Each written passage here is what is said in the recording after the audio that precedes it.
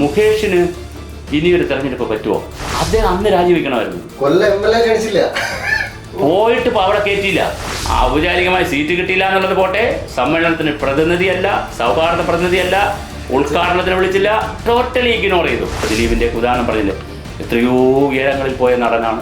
ആര് സിനിമ എടുക്കണമെന്ന് തീരുമാനിക്കുന്ന നിലയിലേക്ക് പോയ ഒരു നടൻ. മനുഷ്യ ഹൃദയം എന്ന് പറയുന്നത് വളരെ വിശാലവും നന്മയിൽ മാത്രമുള്ളവരാണ്. എല്ലാ തരികിട കാണിക്കുമ്പോഴും, അതായത് ഭൂരിപക്ഷം നന്മയാണ്, ന്യൂനപക്ഷമാണ് കുഴപ്പം. നമ്മൾ ന്യൂനപക്ഷത്തിൽ ചെന്ന് പെടുമ്പോൾ, അതുകൊണ്ടാണ് ഒരു പെൺകുട്ടിയെ റേപ്പ് ചെയ്യപ്പെടുമ്പോൾ നമുക്ക് പ്രതിഷേധം വരുന്നു. ഞാനൊക്കെ കോളേജിൽ പഠിക്കുമ്പോഴും സ്കൂളിൽ പഠിക്കുമ്പോഴും ഫ്രീ മണ്ടേല എന്ന് പറഞ്ഞ് മുദ്രാവാക്യം വിളിച്ചിട്ടുണ്ട്. ആരാഹ്വാനം ചെയ്തിട്ട് നമ്മൾ ആക്സിഡന്റ് പറ്റുമ്പോൾ യാതൊരു പരിചയമില്ലാത്ത ആളായിരിക്കും നമ്മുടെ അടുത്ത് ആശുപത്രി കൊണ്ട്.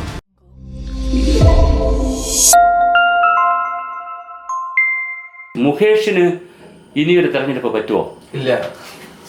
പാർട്ടിയുടെ CPMന്റെ സംസ്ഥാന സമ്മേളനത്തിന്, കൊല്ലത്ത് വെച്ച് നടന്ന സംസ്ഥാന സമ്മേളനത്തിന് മുകേഷ് ഇല്ലായിരുന്നു എന്ന് പറഞ്ഞാൽ അദ്ദേഹം അന്ന് രാജിവെക്കണമായിരുന്നു. പോയിട്ട് ഇപ്പോൾ അവിടെ കയറ്റിയില്ല. മാറ്റിവെച്ചു. പുള്ളിയെ വിളിച്ചില്ല. പുള്ളി സ്വാഗത സംഘത്തിലില്ല. അവിടെ പുള്ളി സാധാരണ നല്ല MLA ആയിരുന്നെങ്കിൽ, നല്ല മീൻസ് ഈ കാണുന്ന പ്രശ്നങ്ങൾ ഇല്ലാത്തൊരു MLA ആയിരുന്നെങ്കിൽ, പുള്ളി ആയിരുന്നതിനെ സ്വാഗത സംഘത്തിന്റെ ചെയർമാനോ വൈസ് ചെയർമാനോ MLA അല്ലേ അദ്ദേഹത്തെ ആ ജില്ലയിൽ വെച്ച് നടക്കുന്ന കൊല്ലം ടൗണിൽ, കൊല്ലം ജില്ലയും പോട്ടെ, കൊല്ലം ടൗണിൽ വെച്ച് നടക്കുന്ന സമ്മേളനത്തിൽ പിന്നെ നമ്മുടെ മുകേഷിന് ഔപചാരികമായി സീറ്റ് കിട്ടിയില്ല എന്നുള്ളത് പോട്ടെ, സമ്മേളനത്തിന് പ്രതിനിധിയല്ല, സൗഹാർദ്ദ പ്രതിനിധിയല്ല, ഉദ്ഘാടനത്തിന് വിളിച്ചില്ല, ടോട്ടലി ഇഗ്നോർ ചെയ്തു പാർട്ടി. ഇതാണ് ജനം.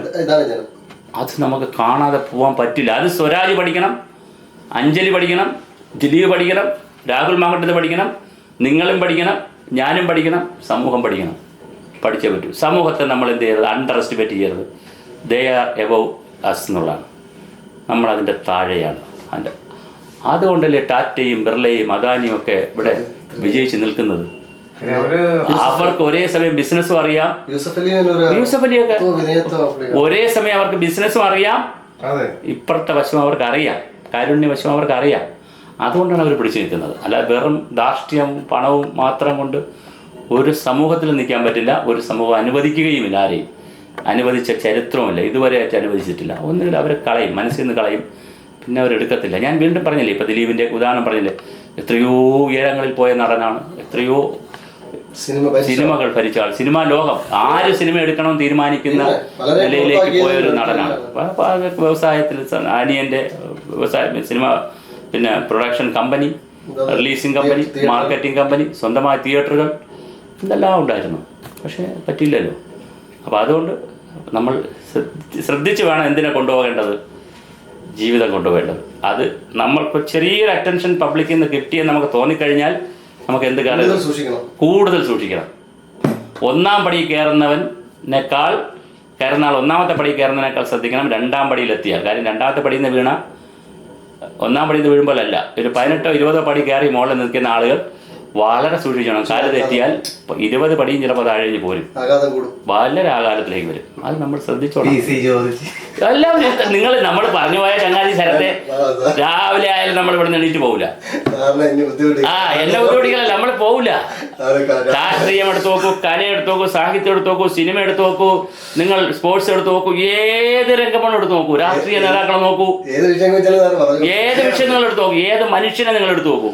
ഈ പ്രപഞ്ചത്തിൽ നമുക്കിപ്പോ അരിസ്റ്റോട്ടിൽ, ഗ്രീക്ക്, പിന്നെ പ്ലേറ്റോ എന്നൊക്കെ പറയുമ്പോഴും നമുക്കറിയാം, ഒരു റെസ്പെക്റ്റ് ഉണ്ട്. ഏത് നൂറ്റാണ്ട് ജീവിച്ച് നമ്മളാരും കണ്ടിട്ടുണ്ടോ?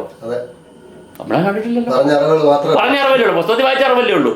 അതേസമയം മറ്റു ചില ആളുകളുടെ പേര് പറയുമ്പോഴോ അതും പറഞ്ഞറിവേ ഉള്ളൂ, കേട്ടറിവേ ഉള്ളൂ. മനുഷ്യ ഹൃദയം എന്ന് പറയുന്നത് വളരെ വിശാലവും നന്മയിൽ മാത്രമുള്ളവരാണ്. എല്ലാ തരികിട കാണിക്കുമ്പോഴും എല്ലാ തരികിട കാണിക്കുമ്പോഴും നന്മ എന്ന് പറയുന്ന ഒരു അംശം മനുഷ്യനിലുണ്ട്. അതാണ് ഈ പ്രിൻസിന്റെ സിനിമയിലായാലും ഈ കാര്യങ്ങളിലൊക്കെ ആയാലും ജനത്തിന്റെ ഒരു തിയറി. അതാണ് സാർ ഇപ്പൊ പറഞ്ഞതിനോട് എന്റെ ഒരു തിരുത്തൽ അടുത്തിടയിൽ വന്ന എന്റെ ഒരു തിരുത്തലാണ്. സ്വയം ഞാൻ തിരുത്തിയതാണ്. ഞാനിപ്പോ പറയാൻ കാര്യം ഇവിടെ തന്നെ പറയണമെന്ന് തോന്നിയുണ്ട. എന്താ പറയാ, എന്റെ മനസ്സിലുണ്ടായിരുന്ന ഒരു തെറ്റിദ്ധാരണയിൽ നിന്നും എന്റെ അനുഭവങ്ങളിലൂടെ വന്ന കുറെ കയ്പ് അനുഭവങ്ങളിലൂടെ വന്ന ആ തിരുത്തൽ എനിക്കുണ്ടായത് ഈ ഒരു സംഭവം, കൃഷ്ണകുമാറിന്റെ സംഭവത്തിലാണ് എനിക്കുണ്ടായത്. കാരണം അങ്ങനെ ഒരു സാറി പറഞ്ഞ കണക്ക് ആളുകൾ വളരെ വൃത്തികെട്ടവരും പറ്റിക്കുന്നവരും ചതിക്കുന്നവരൊക്കെ തന്നെയാണ്. എൻ്റെ അനുഭവങ്ങൾ എനിക്ക് ഒരുപാടുണ്ട്. പല സ്ഥലത്തും നമ്മൾ വളരെ ക്വാളിറ്റി കാണിച്ചിട്ടും വിശ്വാസത്തോട് കാണിച്ചവരൊക്കെ ഈ പണി തന്നിട്ടുണ്ട് പല രീതിയിലും. അപ്പം നമുക്കറിയില്ല പണി തരും എന്നുള്ള ചിന്ത നമുക്ക് വരും.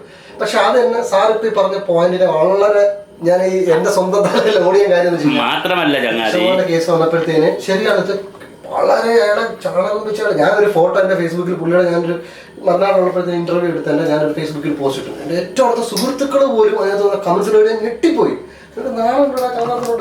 ഇന്ന് വേണ്ട എന്റെ സൗഹൃദങ്ങൾ പോലും എനിക്ക് ഡിസ്റ്റൻസ് ഉണ്ടായി ഇതിന്റെ കേസിൽ. അതേ ആളുകൾ അല്ല സാറേ അന്നത്തെ 2 വർഷം മുമ്പ് ഇയാൾ ഇദ്ദേഹത്തിന്റെ ഒരു അല്ല ഞാൻ അദ്ദേഹത്തെ ഇന്റർവ്യൂ ഞാൻ അദ്ദേഹത്തെ ഇന്റർവ്യൂ എടുക്കുന്ന ഫോട്ടോ ഫേസ്ബുക്കിൽ ഇട്ടിരുന്നു. അപ്പൊ ഞാൻ വളരെ നല്ല സൗഹൃദം പേഴ്സണലി വിളിക്കും, ഇടയ്ക്ക് ചാറ്റ് ചെയ്യുന്ന അദ്ദേഹം റിപ്ലൈ ചെയ്യും. ഈ സംഭവം നടന്ന സമയത്ത് വിളിച്ചപ്പോൾ ഫോൺ എടുക്കാൻ റിപ്ലൈ ചെയ്തതാണ് എന്നുള്ളൊരു ബന്ധമാണ്. അപ്പൊ ഞാനത് ഫേസ്ബുക്കിൽ ഞാനും അദ്ദേഹം ഇന്റർവ്യൂ ചെയ്യുന്നതിന്റെ മൈക്ക് വെച്ച് ഇന്റർവ്യൂ ചെയ്യുന്നതിന്റെ ഒരു ഫോട്ടോ എടുത്തിട്ടുണ്ടപ്പോൾ അത്രയും നെഗറ്റീവ് കമന്റ് എന്റെ സൗഹൃദത്തിൽ പോലും എനിക്ക് ഡിസ്റ്റൻസുകൾ ഉണ്ടായിരുന്നു. പക്ഷെ അവര് പോലും ഇപ്പൊ തിരുത്തി. പക്ഷെ ഈ ഒരു വിഷയം വന്നപ്പോഴത്തേനും മലയാളം അല്ലെങ്കിൽ നമ്മളെ മലയാളി മനസ്സ് കംപ്ലീറ്റ് ആളോടൊപ്പം നിന്നു. അപ്പൊ അത് അങ്ങനെ ഒരു സംഭവം. അതായത് ഭൂരിപക്ഷം നന്മയാണ്, ന്യൂനപക്ഷമാണ് കുഴപ്പം. നമ്മൾ ന്യൂനപക്ഷത്തിൽ ചെന്ന് പെടുമ്പോൾ നമുക്ക് തോന്നും ഭൂരിപക്ഷവും കുഴപ്പമാണെന്ന്. ഒരാൾ വഞ്ചിച്ചാൽ നമുക്ക് തോന്നും എല്ലാവരും നമ്മളെ വഞ്ചിക്കുന്നവരാണ്. അല്ല, ബസ്സിൽ നമ്മൾ യാത്ര ചെയ്യുമ്പോൾ ഒരു പെൺകുട്ടിയെ ഒരുത്തനാണ് ഉപദ്രവിച്ചത്, 40 പേര് ഉപദ്രവിക്കാതിരിക്കുകയാണ്. പക്ഷെ നമ്മൾ പറയും ബസ്സിൽ സഞ്ചരിച്ച എല്ലാവരും കുഴപ്പക്കാരാണ്. സമൂഹം സിനിമ പറഞ്ഞ ചെറിയ തിന്മയും ചെറിയ നന്മയും വലിയ തിന്മയും സമൂഹം. പക്ഷെ തിരിച്ചാണ് യഥാർത്ഥത്തിൽ തിന്മയുള്ളവർ കുറവാണ്, എല്ലാവരും നന്മയുള്ളവരാണ്. പിന്നെ ഒരു പ്രശ്നമുള്ളത് എല്ലാവരും അവരവരുടെ കാര്യം കൂടുതൽ നോക്കുന്നവരാണ്. സെൽഫാണ്. അങ്ങനെ ആകുകയും ചെയ്യാവൂ. സോഷ്യൽ തിയറിയാണ് ഞാൻ പറയുന്നത്. അല്ല, എല്ലാവരും മറ്റുള്ളവരുടെ കാര്യം രാവിലെ കഴിച്ച് നോക്കിക്കൊണ്ടിരുന്ന അവർ നോക്കാൻ പറ്റത്തില്ല. അപ്പൊ സെൽഫ് തന്നെ ആവണം. പക്ഷെ സെൽഫ് ആവുമ്പോഴും അവൻ്റെ ഉള്ളിൽ അവളുടെ ഉള്ളിൽ എന്തുണ്ട്? നന്മയുണ്ട്. അതുകൊണ്ടാണ് ഒരു പെൺകുട്ടിയെ റേപ്പ് ചെയ്യപ്പെടുമ്പോൾ നമുക്ക് പ്രതിഷേധം വരുന്നത്. നമ്മുടെ ആരുമല്ലല്ലോ. മധുവിനെ അടിക്കുമ്പോൾ നമുക്ക് പ്രതിഷേധം വരും, ഷൈജുവിനെ അടിക്കുമ്പോൾ നമുക്ക് പ്രതിഷേധം വരും. നെൽസൺ മണ്ടേല അവിടെ കിടക്കുമ്പോൾ ഞാനൊക്കെ കോളേജിൽ പഠിക്കുമ്പോഴും സ്കൂളിൽ പഠിക്കുമ്പോഴും ഫ്രീ മണ്ടേല എന്ന് പറഞ്ഞ് മുദ്രാവാക്യം വിളിച്ചിട്ടുണ്ട്.